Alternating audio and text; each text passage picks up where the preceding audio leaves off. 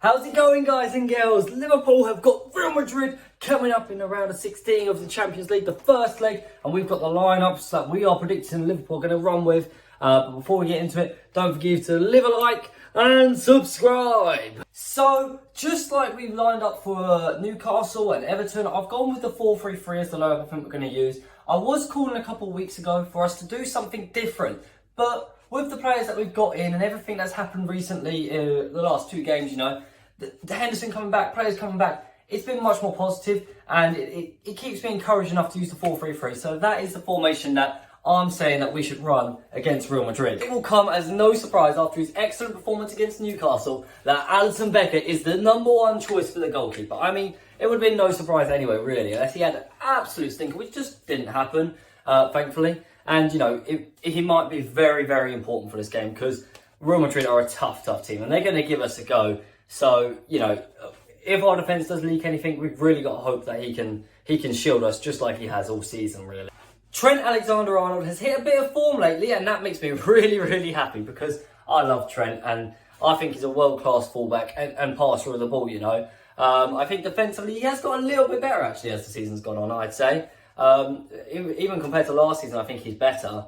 So hopefully, you know, he'll improve and not do, you know, what he did against Real Madrid in the final last year. Let's not forget that from our minds. But I'd still start him in right back.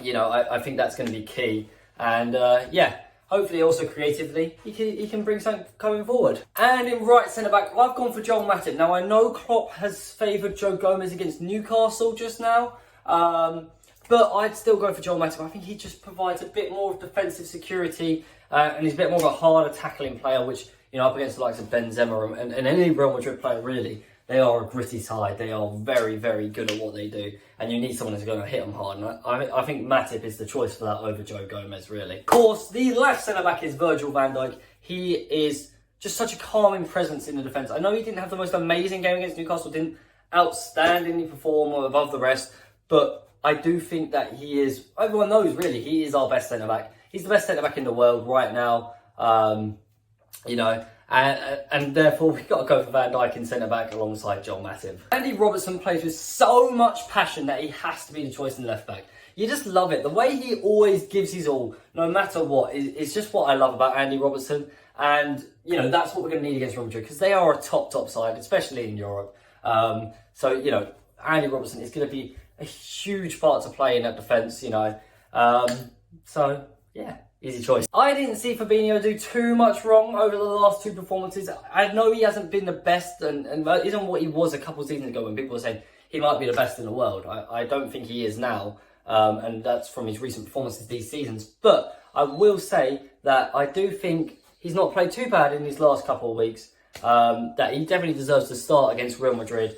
And we will see what comes. Jordan Henderson has been one of the key parts of Liverpool's revival in midfield in recent weeks. I'm not saying that we're back. Don't shoot me. I'm not saying it yet. We'll see how this Real Madrid game goes. But Jordan Henderson has been a key part in us actually just turning around and getting a bit of form heading into the game. I think he has shown why he wears the captain's armband. And I think he's shown why he is still a very good player. He is a leader.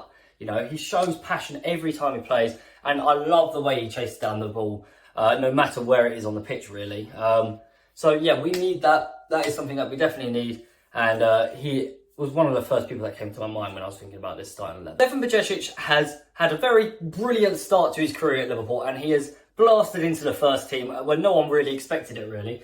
But this is obviously going to be the biggest test of his career so far against a team that is very, very good. I really hope that he does start because I think he has earned that position and deserves to get a start. Especially with Henderson and Fabinho in the middle, it will keep him really secure. I know I said Henderson has been a big part of Liverpool's turnaround, but Bajcetic came first in that turnaround while Henderson was still out injured.